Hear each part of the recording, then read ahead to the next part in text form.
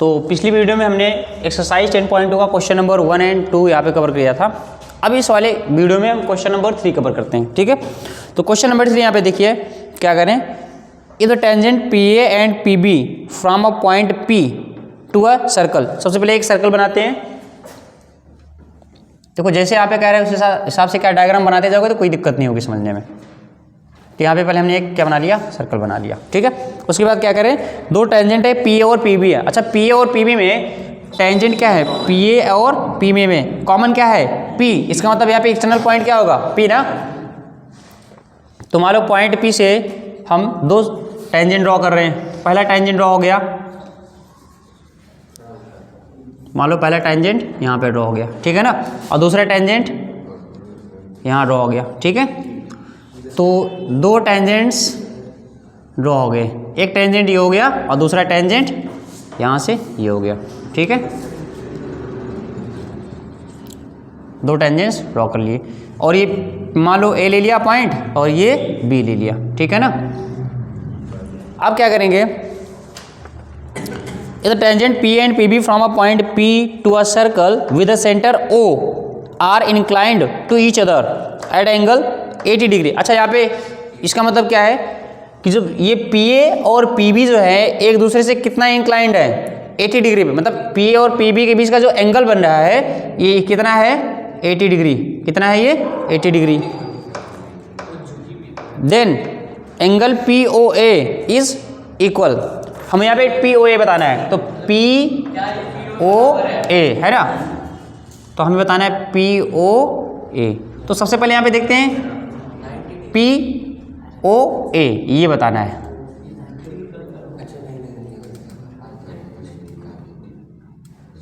कौन सा एंगल बताना है, ये वाला एंगल। कौन सा बताना है, ये वाला एंगल है ना।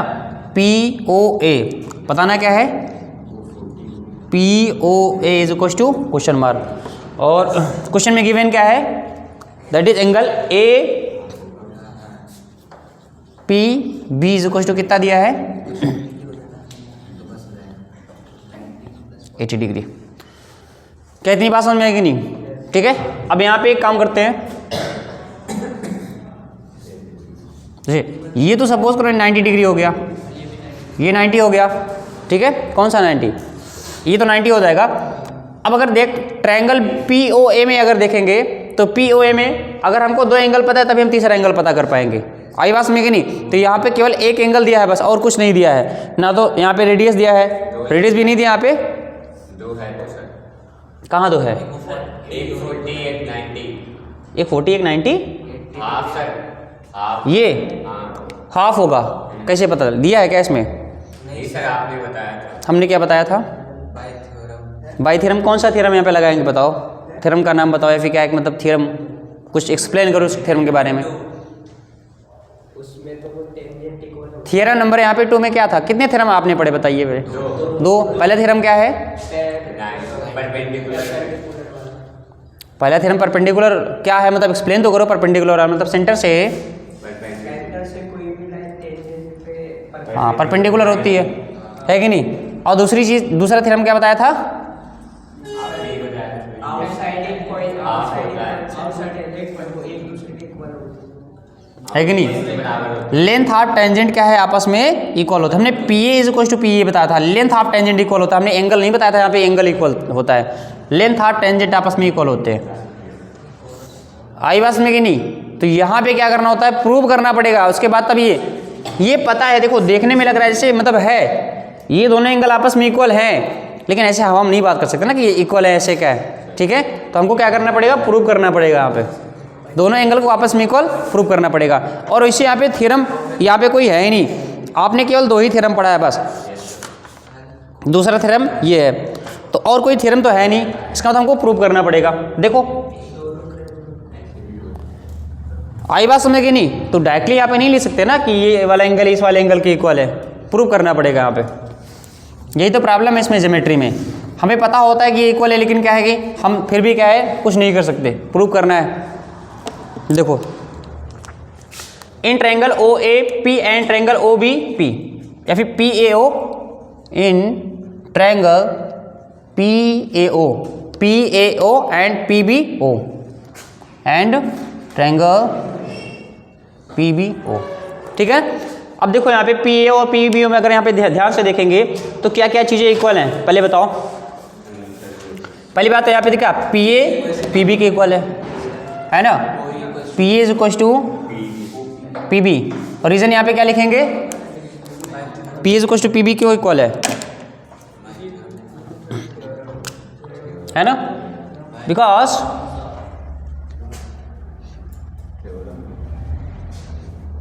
Length of tangents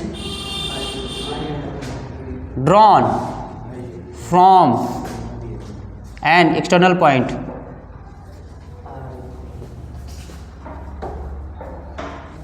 are equal. आई बात में कि नहीं, तो length of tangent drawn from an external point, क्योंकि लेंथ ऑफ टेंजेंट अगर एक्सटर्नल पॉइंट से कोई लेंथ ऑफ टेंजेंट हम ड्रॉ करते हैं तो आपस में क्या होते हैं, इक्वल होते हैं, ये लिखना पड़ेगा पूरी बात। ठीक है, तो P is equal to PB हो गया।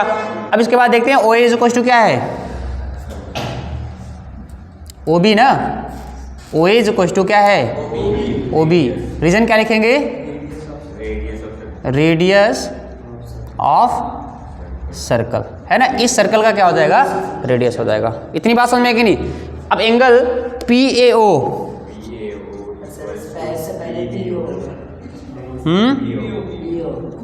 PO कहाँ PO,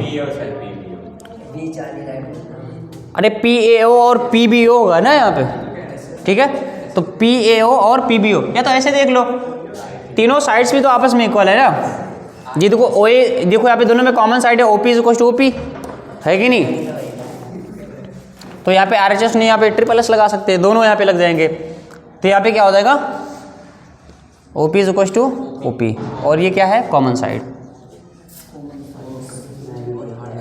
कॉमन साइड। इतनी बात समझ में आएगी नहीं। तो यहाँ पे तीनों साइड देखो, ये साइड इसके इक्वल है, ये इसके इक्वल है, थ्योरम में पढ़ा है यहाँ पे, ठीक है ना। और ये यहाँ पे क्या है, ये साइड कॉमन है।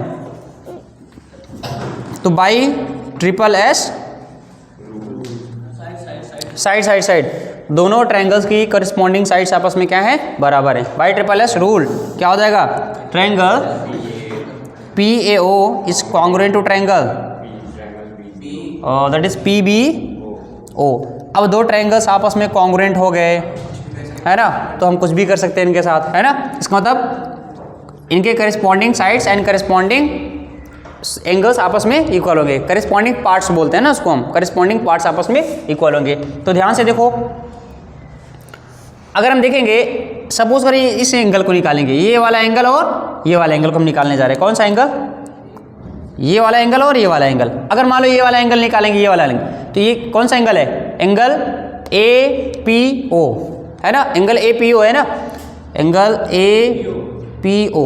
देखो APO, तो इस एंगल के सामने की साइड कौन सी है, OA, और दूसरे वाले ट्रायंगल में OA के बराबर साइड कौन सी है, OB, और OB के सामने कौन सा एंगल है, दैट इज BPO, है कि नहीं। तो क्या दोनों एंगल्स करस्पॉन्डिंग है ना, और बाई CPCT करस्पॉन्डिंग एंगल्स आपस में क्या होंगे, बराबर होंगे। इसका मतलब क्या हो जाएगा, एंगल APO और BPO आपस में बराबर होंगे, BPO आपस में क्या हो जाएंगे, बराबर हो जाएंगे। यहाँ पे रीजन क्या लिखेंगे, बाई CPCT। आई बात समझे कि नहीं। अब क्या करेंगे, जब दोनों एंगल्स आपस में इक्वल हैं, जब दोनों एंगल्स आपस में इक्वल हैं, तो हम यहाँ पे कह सकते हैं angle APO plus angle BPO, angle APO plus angle BPO is equal to कितना हो जाएगा, एंगल APB, नहीं हो जाएगा भैया। इन दोनों एंगल का सम लेंगे तो बड़ा वाला एंगल नहीं आ जाएगा क्या, तो इसका सम और इसका सम बराबर क्या है, एंगल APB, और दोनों एंगल्स आपस में इक्वल हैं। इसको हम ऐसे लिख सकते हैं क्या, दैट इज एंगल APO।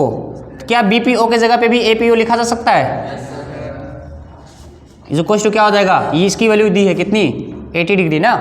देखो 80 डिग्री यहाँ पे दिया है, पूरा बड़ा वाला एंगल कितना है, 80 डिग्री। तो यहाँ पे देखोगे 2 टाइम्स ऑफ क्या हो जाएगा, APO is equal to 80 degree, तो angle APO is equal to कितना हो जाएगा, 40 डिग्री। आई बात समझ में कि नहीं? तो यहाँ से इक्वल है, तो इतनी बात समझ में है ना? तो यहाँ से हो जाएगा 40 डिग्री। अब हम लोग क्या है कि मतलब लिख सकते हैं, ऐसे नहीं हम बात नहीं करेंगे, ठीक है ना? ये ज्योमेट्री है, यहाँ पे क्या है सारी चीज़ों का प्रूफ देना पड़ता है। तो हो गया। अब देखते हैं ट्रायंगल PAO में, इसको यहाँ से एक्सटेंड करेंगे इन ट्रायंगल PAO। तब ट्रायंगल PAO में देखेंगे, देखो ट्रायंगल PAO में, ठीक है, तो एंगल का सम यहाँ पे लगा देंगे, एंगल सम प्रॉपर्टी। तो यहाँ पे क्या PAO, तो यहाँ पे कौन कौन सा एंगल यहाँ पे होगा? सबसे पहले ये वाला देखते हैं, ये वाला एंगल APO है ना, क्या है ये? प्लस इसके बाद क्या हो जाएगा? ये वाला एंगल PAO प्लस तीसरा वाला एंगल क्या हो जाएगा?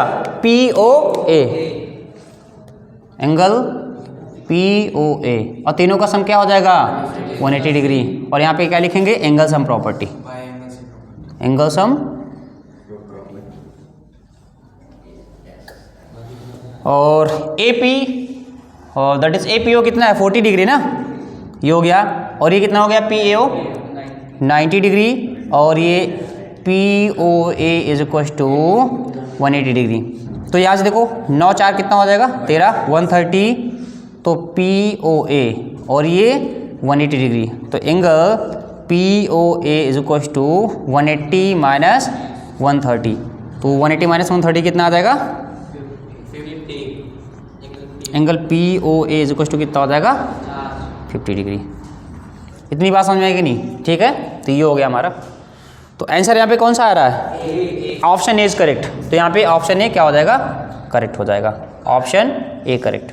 ओके, आई होप आपको ये समझ में आया होगा, ठीक है ना? तो बिना प्रूफ किए किसी भी चीज़ को हम यहाँ पे डायरेक्टली नहीं यूज़ कर सकते हैं, ठीक है? या तो थ्योरम दिया हो, तो यहाँ पे एक्चुअल में ये थ्योरम होता है कि नहीं? कि अगर यहाँ पे देखेंगे मतलब इस पॉइंट से, क्योंकि पॉइंट P और O से जो यहाँ पे एंगल बनता है ना, ये क्या एक दूसरे को क्या करेंगे, मतलब ये जो लाइन PO है ना, ये एंगल APB का एंगल बाइसेक्टर होता है एक्चुअल में। तो एंगल बाइसेक्टर मतलब दो इक्वल पार्ट में डिवाइड करेगा, है कि नहीं? तो अगर ऐसा कोई थ्योरम होता कि मतलब prove that this line PO या फिर a line joining the external point two centre is the angle bisector of angle subtended by both the lines, है ना? अगर दोनों टेंजेंट के थ्रू जो एंगल जो यहाँ पे मतलब यहाँ पे क्रिएट हो रहा है, उसका एंगल बाइसेक्टर कौन होता है? PB होता है। तो अगर ऐसा थ्योरम होता तो यहाँ पे डायरेक्टली यूज कर सकते थे, लेकिन थ्योरम तो है नहीं, तो हमको यहाँ पे क्या करना पड़ेगा? इसको प्रूव करके तब यहाँ पे करना पड़ेगा। आई बात समझने की नहीं? ओके, आई होप आपको ये समझ में आया होगा। Okay, so thank you class, note कर लो, बंद कर दिया।